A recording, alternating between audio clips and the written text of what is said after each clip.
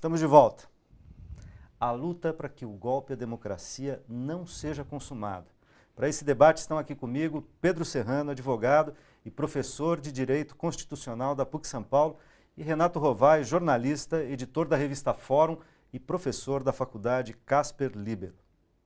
Para aquecer essa rodada, voltamos ao jurista Dalmo Dallari, que fala sobre os possíveis retrocessos que o golpe pode trazer ao Brasil. O golpe traz um mundo de retrocessos, porque, evidentemente, dado o golpe, aqueles que se apoderam do governo, aqueles que tomam o poder por via ilegal, por via inconstitucional, não tem limites. Já o fato de utilizarem meios ilegais, inconstitucionais, para chegarem ao poder, mostra que eles não têm consciência ética, não têm responsabilidade social, não respeitam direitos. Então, obviamente, eles vão utilizar os governos, utilizar os recursos públicos em seu próprio proveito. Será, sem dúvida alguma, o crescimento da corrupção. Como vocês veem os efeitos caso o golpe seja consumado? O que está em risco? Rovai. Olha, eu acho que está em risco uma parte do processo histórico brasileiro, assim, de todo esse processo que vem sendo construído pelo menos desde 84, mas a gente poderia dizer até desde 79, com a anistia, né, que a gente veio trabalhando para começar a construir um sentido de democracia, que é uma democracia incompleta, uma democracia injusta. E uma democracia também construída por cima. Por cima, por acordos. Por acordo de gabinete. Nós temos uma série de fragilidades e debilidades, mas ela é muito melhor do que o processo anterior. Inclusive, ela já garantiu avanços, e aí, vamos despartidarizar, ela garantiu avanços desde 85. Né? E avanços, a Constituição de 88 é um grande avanço.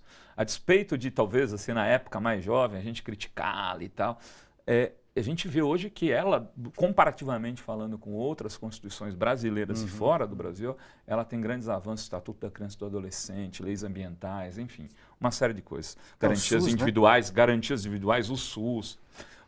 A gente foi construindo uma série de coisas. Essas coisas colocam em risco e fundamentalmente por quê?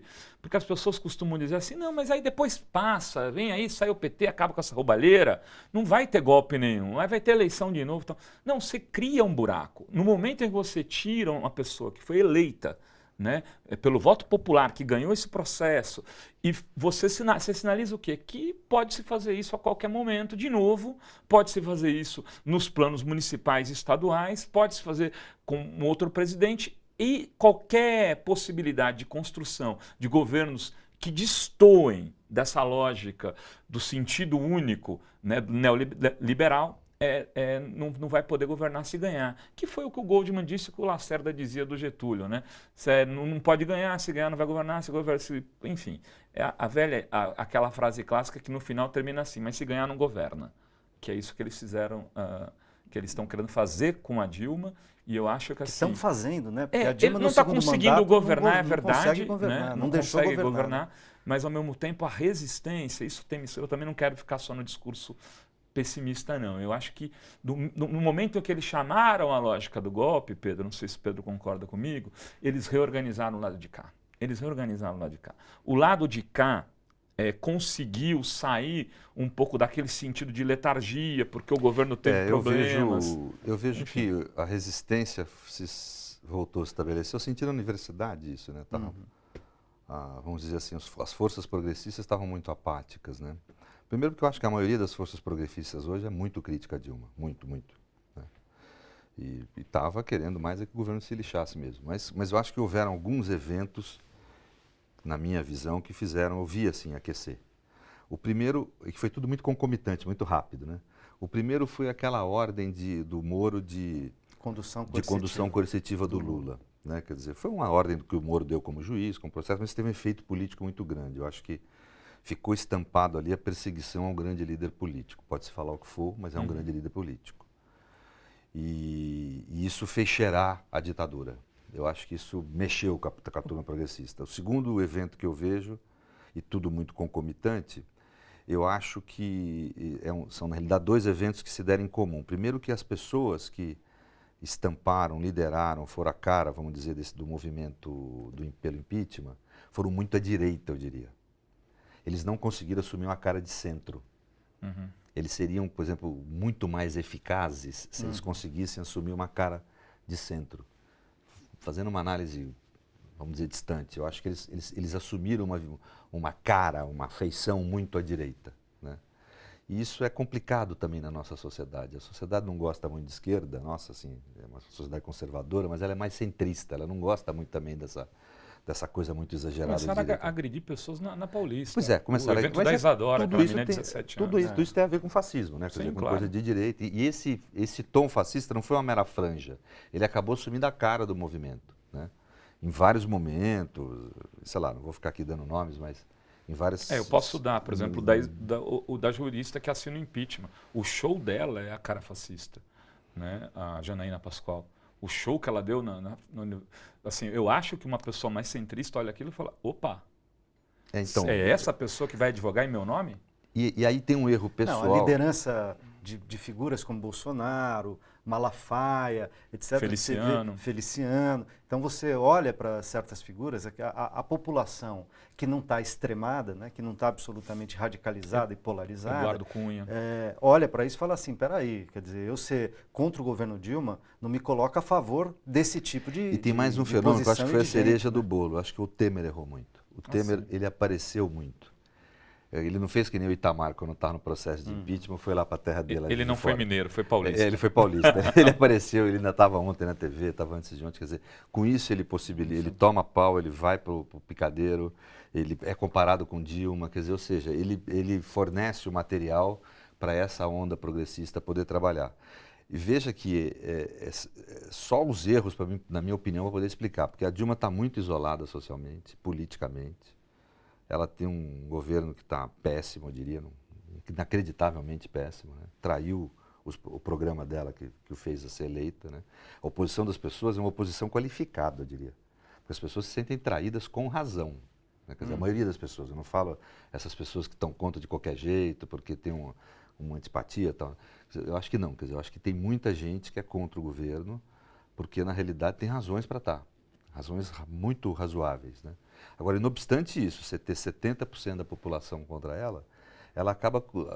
Os erros da liderança desses movimentos acabam levando a surgir os outros 30% com uma capacidade de mobilização incrível. Agora, Pedro, são só os erros ou são também fatos Não, que fatos mostram concretos. para a população que está havendo ataques muito fortes Não, à legalidade. Claro, a legalidade Quer dizer, e a democracia. tanto as coisas claro. da justiça, quer dizer, o Moro com os grampos, com a divulgação ilegal dos grampos, um dos procuradores que tem sido meio o porta-voz do grupo de Curitiba, da equipe da Lava Jato, dizendo que apenas secundária... Politizando, que a questão da corrupção é secundária, o que se quer mesmo é exterminar com o PT e terminar com esse ciclo. Ele fala isso numa palestra, quer dizer, esse tipo de coisa não vai dando um sinal para a população, para aquela que não está, digamos, Sim, o negócio de Goiás hoje, né?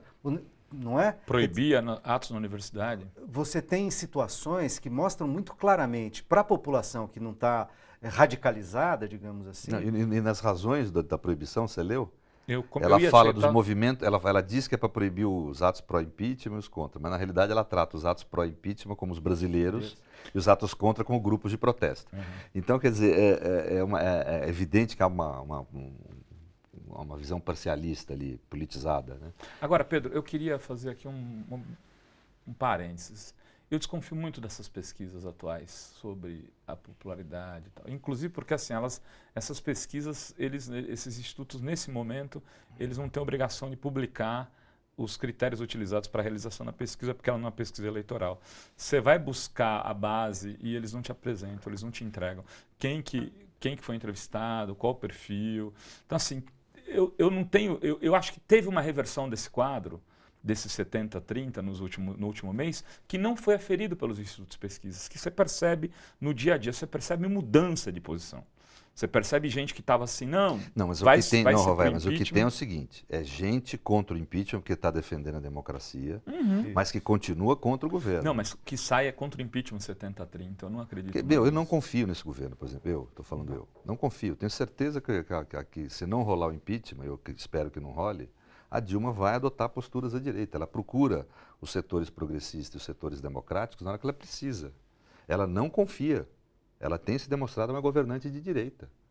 Né? Quer dizer, ela não confia nesses setores como fonte, vamos dizer, de buscar suas políticas, de debater, de conversar. Ela é imune à conversa.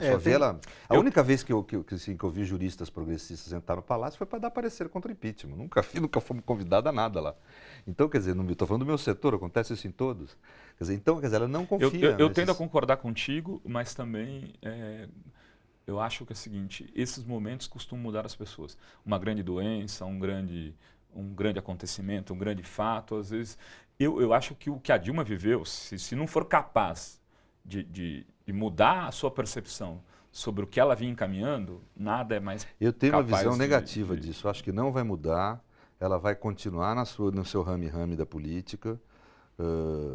Sinceramente, acho que não altera nada nesse quadro. Aliás, vai estar pior, porque na realidade ela vai ter cada vez menos apoio, vai estar cada vez mais isolada. Mas isso é uma previsão negativa que eu tenho da realidade. Né?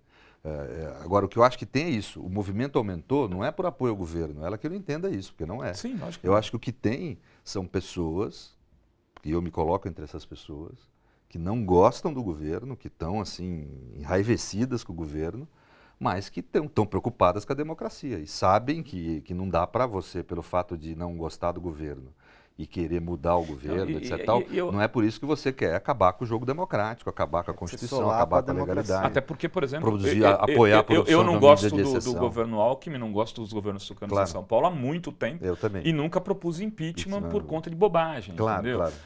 Enfim, não gostava do governo Kassab, não gostava do governo Serra, não gostava do governo Pita, não gostava do governo Maluf em São Paulo e de muitos outros governos, e você não propõe impeachment. Não é uma questão de gosto pessoal, gente. Claro. O processo democrático não pode se definir como se fosse uma partida de Mas war. é que eu queria insistir, tem esse fenômeno. O movimento contra impeachment tem crescido por conta da adesão de pessoas que são contra o governo, que estão decepcionados com o governo, inclusive muita gente que votou nela, né? Que tinha saído, mas que voltou a apoiar, quer dizer, não ela, mas voltou está apoiando o movimento contra o impeachment por preocupação com a democracia, com a constitucionalidade e com a legalidade. Eu acho que assim, nós não queremos jogar fora a democracia, que isso é um bem do povo brasileiro. Isso não pode se abrir mão. E o que a oposição irresponsavelmente está querendo fazer é produzir uma medida de exceção no Brasil, no sentido mais amplo da expressão, um golpe, né, para poder romper o ciclo democrático. Isso nós não podemos aceitar. E isso eu acho que assim, cada vez mais a gente tem que conversar com essas pessoas que são pró-impeachment para tentar mostrar isso a elas. A maioria dessas pessoas é equilibrada, é gente que está com razão, muito brava com o PT e com o governo, eles têm razão em estar, né? E a gente precisa mostrar para essas pessoas que não é derrubando a democracia, a Constituição e a legalidade que elas vão conseguir, vamos dizer, conseguir resolver os problemas do país, né?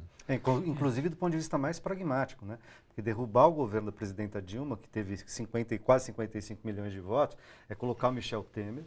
E numa hipótese ainda pior, seria ter o Eduardo Cunha, caso o Temer receba o impeachment pelas mesmas razões da Dilma. Aliás, o impeachment do Temer começa a tramitar no Congresso, tá certo? E em outra possibilidade era uma nova eleição no cenário de absoluto esfacelamento das condições de democracia no Brasil, com a chance de aparecer o Messias do momento. Né? Me parece óbvio, mas que do jeito que está se discutindo tudo, não existe meio golpe. Não existe meio golpe. Não existe, entendeu? Não existe assim, vamos fazer só um pouquinho e depois volta. Isso na história política não existe. Você pode pegar qualquer ação, você vai falar assim, lá no Paraguai deu certo, atiraram o Lugo, não deu nada. Não deu, você elimina o setor político, fica uma democracia, um arremedo de democracia. É isso que as pessoas têm que entender, a fraude ela é uma ilegalidade. Quer dizer, a medida de exceção, ela é uma forma de golpear a democracia. Só que é uma forma que ela vem com uma roupagem democrática, ela vem mais amena, ela vem com uma amenidade na forma. É um golpe de punhos de renda, vamos dizer assim, né? Que é típico do século XXI. O chamado golpe branco. O golpe branco, mas é um golpe, ele é uma forma de você... Vai criar uma ferida na vida institucional do país, na vida política. Não existe golpe branco, essa que é a verdade. É golpe. Não, é golpe, é golpe. É uma farsa, inclusive, porque eles estão super incomodados, quando eu digo eles, as pessoas que estão defendendo esse impeachment, quando você fala isso é um golpe. Então, se não é o que... Não, o impeachment está previsto na Constituição. A explicação do jogo que fura é perfeita.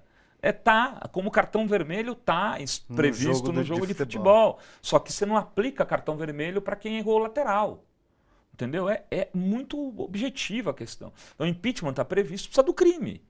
Né? Agora, e outra, eu acho que aí, Pedro, tem um problema que não é só com a Dilma, que a gente está tratando...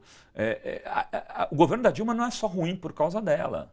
O governo da Dilma está sob chantagem da Lava Jato o tempo todo. Não, mas uma operação criminosa, mas, meu Renato, ver, eu hoje, só acho que tem é que ser um perigo denunciada aí. como Eu isso. acho que é um perigo na tua colocação. Vamos divergir um pouco pode aqui. até ter, mas o que a Lava falar, Jato não, tudo tem igual, feito... tudo igual. Aqui, 64, não é igual. Não, claro que não. Né? Não é igual. Na realidade, tem movimentos diferentes. Porque senão vai surgir a ideia de que basta uma eleição, que é o que algumas pessoas estão propondo, basta uma eleição geral, por exemplo, para você lavar o problema. Não, não se lava o problema. Entendeu? Quer dizer, a medida de exceção ela é bem isso, é você introduzir no regime democrático uma ruptura com a democracia, com a aparência de democracia. Não adianta fazer eleição depois, se você romper o ciclo democrático. Claro. Não, mas é isso que eu estou Você dizendo. cria uma Você figura... mantém a ideia do golpe branco é golpe, né? Porque quando você branco tira alguém você sem mantém uma fachada, você tenta manter o verniz, mas na verdade O que por eu trás você não enxergo tem mais que está verniz nenhum, né? no grande projeto político nisso? É que você tentar construir um arremedo de democracia no Brasil sem esquerda, sem centro-esquerda. Sim. Isso não existe. Agora, Quer dizer, isso não existe. se a gente tratar esse processo todo... Isso as pessoas têm que entender, não existe. Essa história, por exemplo, que você vê esses mais radicais falando. Não, nós queremos acabar com o PT, acabar de vez com esse... Tudo bem, se acabar de vez com o PT, acabou com a democracia. É lógico. Isso é evidente. Você acaba com o campo político, você acaba com a democracia. Você acabou com o campo político, você acabou com a democracia. Agora, a questão que eu estou colocando, queria voltar nisso, é que assim, nós temos uma operação que está sendo realizada já há algum tempo, sem levar em consideração os limites jurídicos. Né? A Lava Jato está operando de forma segmentada e seletiva. Né? Essa delação que está sendo divulgada pela mídia hoje, da Andrade Coes, é um absurdo para quem conhece um pouco a história, e eu conheço um pouquinho, da Andrade Gutierrez. Eu quero ouvir mais sobre isso, acho que todos nós queremos, mas eu tenho que fazer intervalo, a gente já estourou há muito tempo esse bloco, e a gente volta exatamente nesse ponto. Da Andrade Sai daí. Gutierrez.